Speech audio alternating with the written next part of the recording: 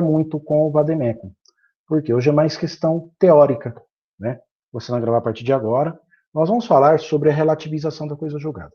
Mas antes de falar necessariamente da relativização, é importante nós colocarmos a importância da coisa julgada. E por que ela é importante? Com a coisa julgada, como nós já vimos, a decisão torna-se imutável e indiscutível. Eu não questiono mais o teor daquela decisão. Eu não tenho mais o que fazer quanto àquele processo. A formal, eu até posso entrar com nova ação, corrigindo os erros que levaram à extinção da primeira. Tudo bem. Mas não é dentro da mesma ação. Mesmo assim, é em uma ação diferente. Já a coisa julgada material, nem isso. Coisa julgada material, não posso sequer questionar o mérito da causa. O juiz já decidiu, as partes tiveram prazo para recorrer, não recorreram, elas têm que submeter àquela vontade. Ponto, acabou. Não tem que se discutir. A coisa julgada ela tem importância, principalmente no tocante à segurança jurídica. Segurança jurídica no sentido de que as decisões judiciais devem ser cumpridas e as pessoas que estão submetidas a ela não podem questionar. Ah, não vou obedecer porque me prejudicou. Não. A julgada tem que exigir a todos indistintamente. E outra, além disso, uma cláusula pétrea da Constituição. Ou seja, eu não posso sequer retirar a sua importância.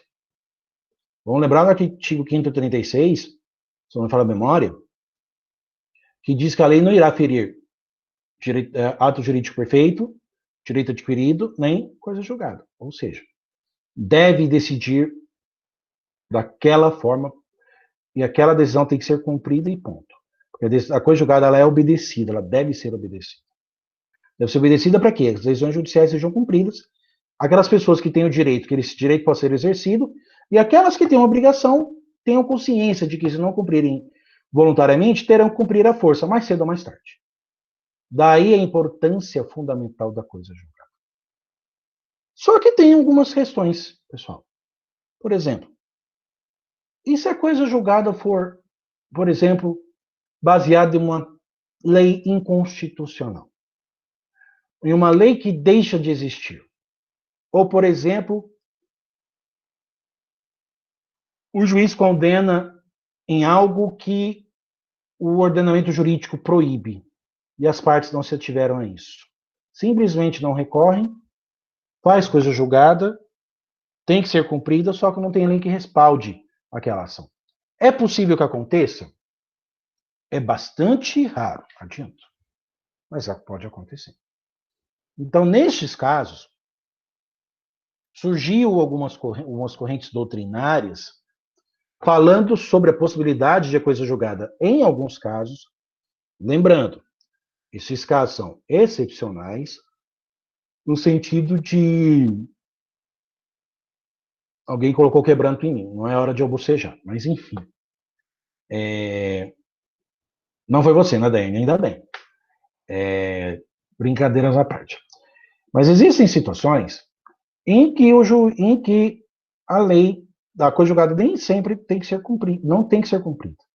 Para alguns desses juristas, tá? Aí surgiram algumas polêmicas na doutrina. Porque a regra é que a coisa julgada seja cumprida, doa quem doer. É absoluta. Absoluto o império da coisa julgada, não se discute, cumpra-se. Só que eu tenho que encontrar algumas questões nesse sentido, tá? De que a coisa julgada em alguns pontos pode ser relativizada. Ou se a coisa julgada for baseada em uma lei inconstitucional, não ser cumprida. Então, neste sentido, pessoal, nós vamos ter 4 correntes diferentes. Eu vou colocar para vocês cada uma das correntes. A primeira das correntes, quem traz essas correntes é o professor Edvard Carlyle Silva. Ele coloca algumas correntes. A primeira delas, anotem aí, ela defende a relativização da coisa julgada com base em diferentes argumentos. A tese defendida pelo Cândido Rangel Dinamarco. A coisa julgada pode ser relativizada quando a coisa julgada produz efeitos juridicamente impossíveis. além de ofender a moralidade ou legalidade. Ou seja, por exemplo, o juiz condena um réu a pagar uma dívida de jogo. Dívida de jogo dentro do Brasil é ilícita, pois jogo de azar é proibido para o Brasil. Ou então, por exemplo, reconhece o direito de um traficante de receber dinheiro de um noiado que está devendo na boca de fumo. Absurda tese, porque a droga é ilícita, não pode ser sequer objeto de negociação. Ou, por exemplo, no caso Bertodoro defende quando a coisa julgada é inconstitucional, ou seja, o juiz defere uma decisão, a decisão transita em julgado, só que o objeto da coisa, ela não tem respaldo na Constituição da República.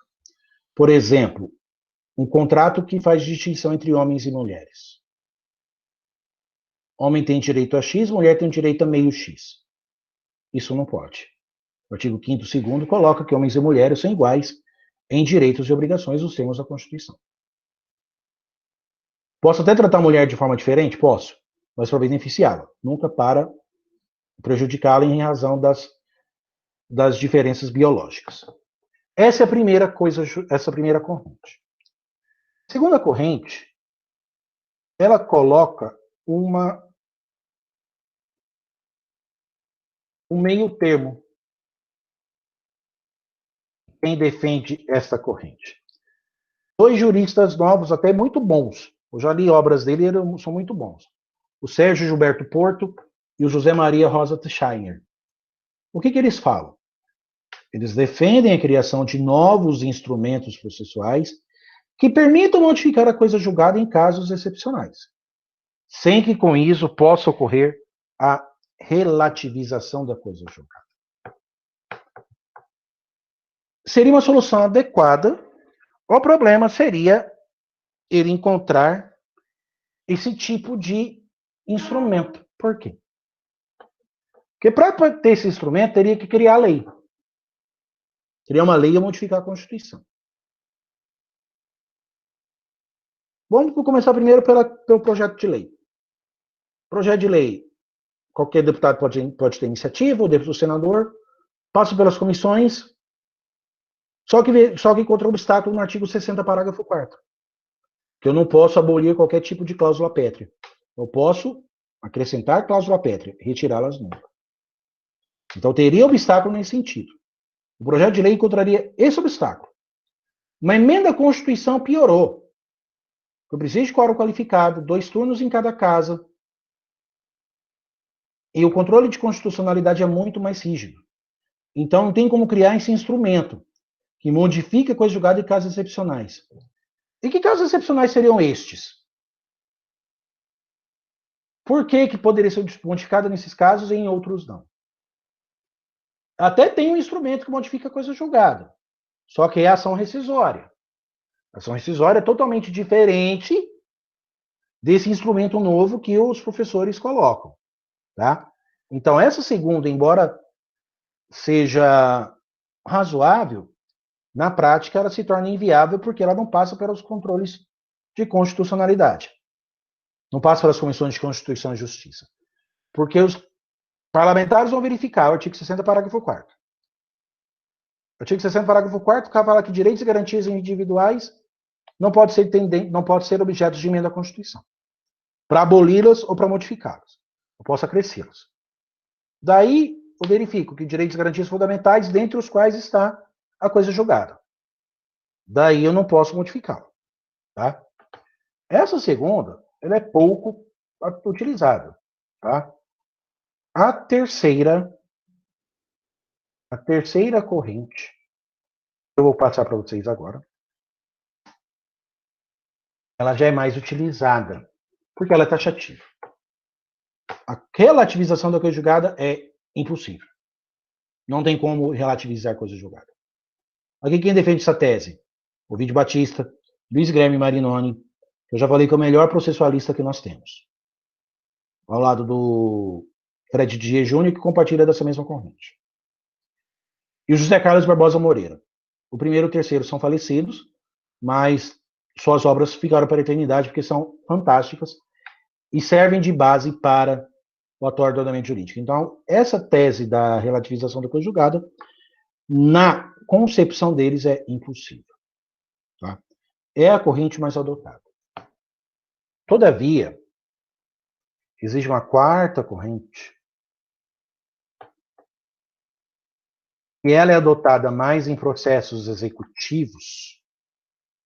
Ela, no começo, ela era defendida pelo professor Teori Zavascki, pelo ex-presidente do STF, ex-ministro do Supremo, falecido em 2017, e deu vaga ao atual ministro Alexandre de Moraes, que está sendo o terror de alguns políticos no momento. O que ele defende? Ele defende que a lei deve ser analisada sob o controle de constitucionalidade, sobre a constitucionalidade da lei. Tá? O porquê? Sabemos que dentro do ordenamento jurídico brasileiro,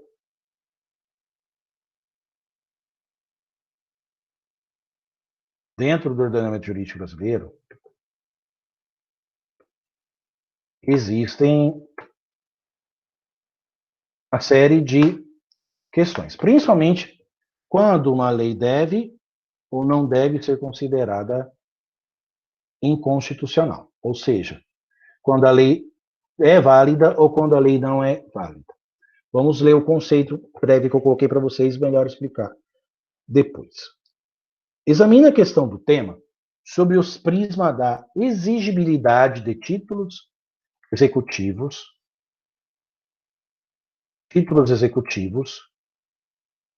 judiciais e posterior declaração de inconstitucionalidade pelo Supremo Tribunal Federal. Ou seja, estou procurando apenas um artigo aqui, pessoal, por isso que às vezes parece que eu estou demorando um pouco viajando na maionese, mas não é não.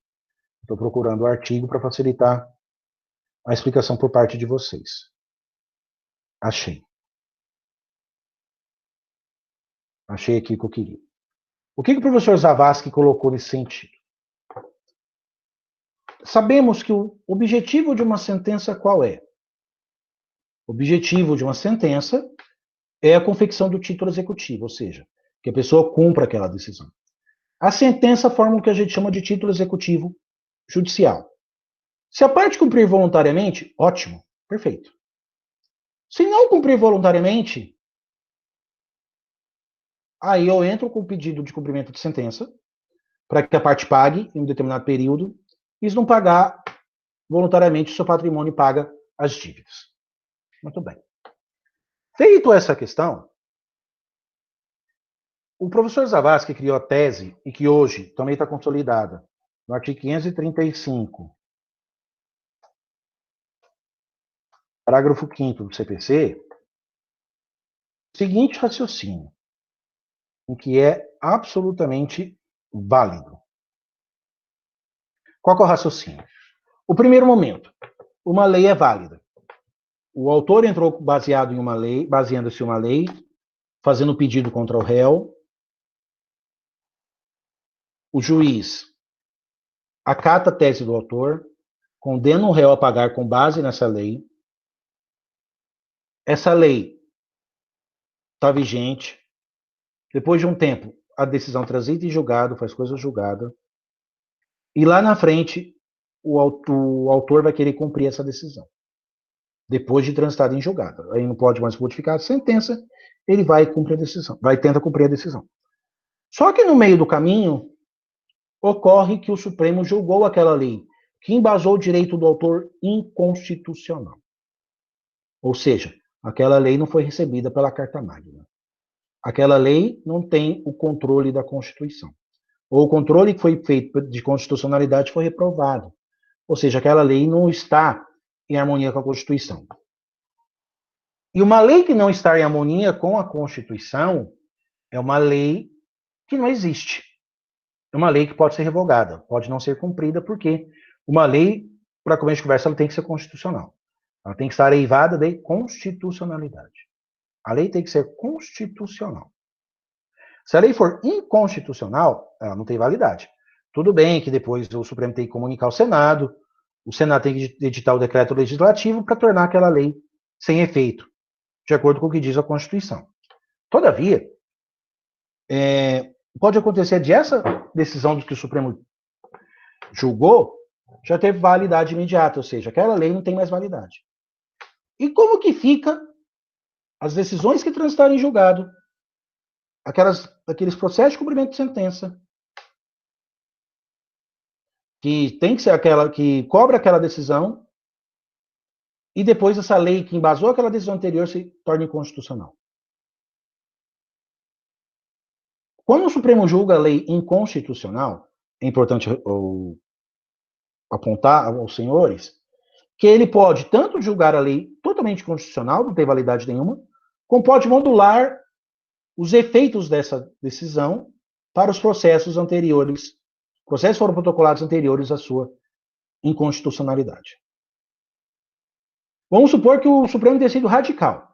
Julgou a lei constitucional e todos os atos dela são nulos. Se o Supremo assim entendeu que aquela lei é nula, e aquela lei que embasou aquela decisão é nula, logo a decisão também é nula. Porque a decisão baseou na lei e a lei é considerada inconstitucional. Então, baseado nisso, nessa corrente do professor Teori Zavascki, que foi consolidada no código, eu coloquei que quem primeiro defendeu a teoria foi o Teori. Posteriormente, foi incorporada ao texto do artigo 5º, 535, parágrafo 3º. Ou, perdão, 535, parágrafo 5º do CPC. Tá? Que uma lei, quando foi declarada inconstitucional, a coisa julgada pode ser relativizada. A coisa julgada ela pode ser flexibilizada ou simplesmente não cumprida. Eu vou ler o 535 para vocês terem uma ideia. O 535 fala com a execução contra a fazenda pública. Né? O que fala o parágrafo 5º? Por efeito do disposto do inciso 3º do caput deste artigo, o terceiro fala inexequibilidade do título ou inexigibilidade da obrigação. Considera-se também inexigível a obrigação reconhecida em um título executivo judicial fundado em lei ou em ato normativo, considerado inconstitucional pelo STF, ou fundado em aplicação da interpretação de lei ou ato normativo tido como Supremo Tribunal Federal como incompatível com a Constituição em controle de constitucionalidade, concentrado ou difuso. Copiar, transcrever o artigo 535, parágrafo 5º para vocês. Bem, não sei se todos estão acompanhando, mas pelo menos aqui está a redação do 535, parágrafo 5º. O que seria esse controle de constitucionalidade concentrado e difuso? Vocês vão ter uma aula só disso do 5º ano, mas vou adiantar algumas coisas. O controle difuso de constitucionalidade é aquele controle que a parte pede em qualquer tipo de processo, desde o primeiro grau de jurisdição. Por exemplo, ação de indenização. Eu peço a inconstitucionalidade de uma lei. Eu peço desde o primeiro grau. E através dos recursos vão chegando até o Supremo. E o Supremo que dá a palavra final sobre a constitucionalidade de uma lei. O juiz do tribunal pode declarar inconstitucional? Pode.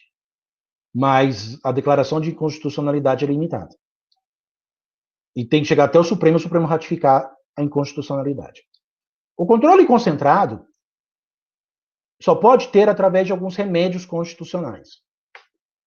Ação direta de constitucionalidade, arguição de descumprimento de preceito fundamental, ação declaratória de constitucionalidade, dentre outros. Esse controle, somente alguns legitimados podem juizá-lo e vai direto para o Supremo. Por isso que o nome é controle concentrado. Concentra tudo no Supremo. Tá? Portanto, se uma lei é válida e depois o Supremo julga inválida, eu posso alegar essa invalidação posterior para considerar que aquele título é inexigível e, por consequência, eu pedi a nulidade do processo executivo e também de todas as outras questões. Redação igual do 535, parágrafo 5º, nós vamos ter também no artigo 525, parágrafo 12, o CPC. Fala a mesmíssima coisa. O 525 já fala dos processos comuns. O 535 fala da Fazenda Pública, o 525 fala dos outros processos. Tá? Ou seja, nestes casos, a coisa julgada ela pode ser desconsiderada se uma lei posterior for julgada se a lei que embasou aquela decisão for considerada inconstitucional lá na frente. Isso pode acontecer muito em relação a tributos, por exemplo. Direito tributário acontece muito. Determinado ente público cria um tributo e daqui a pouco o Supremo julga inconstitucional. Tudo bem, pessoal, quanto ao controle? Quanto à relativização da coisa julgada? Alguma dúvida? Eu sei que sairá. Não é fácil essa matéria, não. Então, quem quiser já fazer pergunta, abra o microfone, passa pelo chat que eu respondo para vocês. Tá, a Beatriz colocou alguns pontinhos. Eu não entendi exatamente do que se trata. Tá, mas façam as perguntas para a gente poder, se for o caso, responder. Se não tiver dúvida, tudo bem. Eu peço para vocês mandarem a atividade, eu mandei já na área do aluno, para vocês me responderem. Tudo bem? Lembrando que essa é a nossa última aula antes da prova. Tá? A prova de vocês já tem data marcada. Isso mesmo, daí pode se abanar, mas daqui a pouco acaba o ano letivo. Vocês vão estar no quarto ano daqui a pouco. Vocês vão ter subido mais um degrauzinho.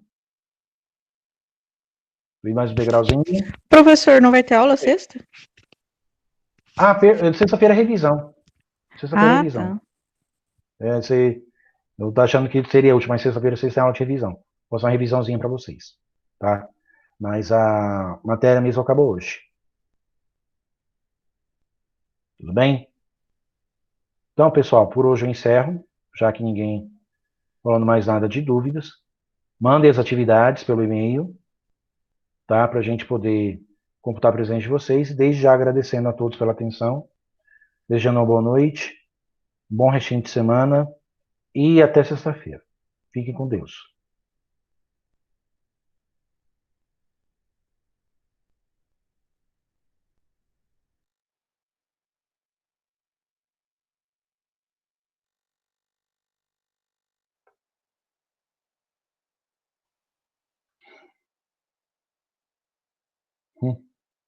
Por isso demorou tanto essa coisa aqui.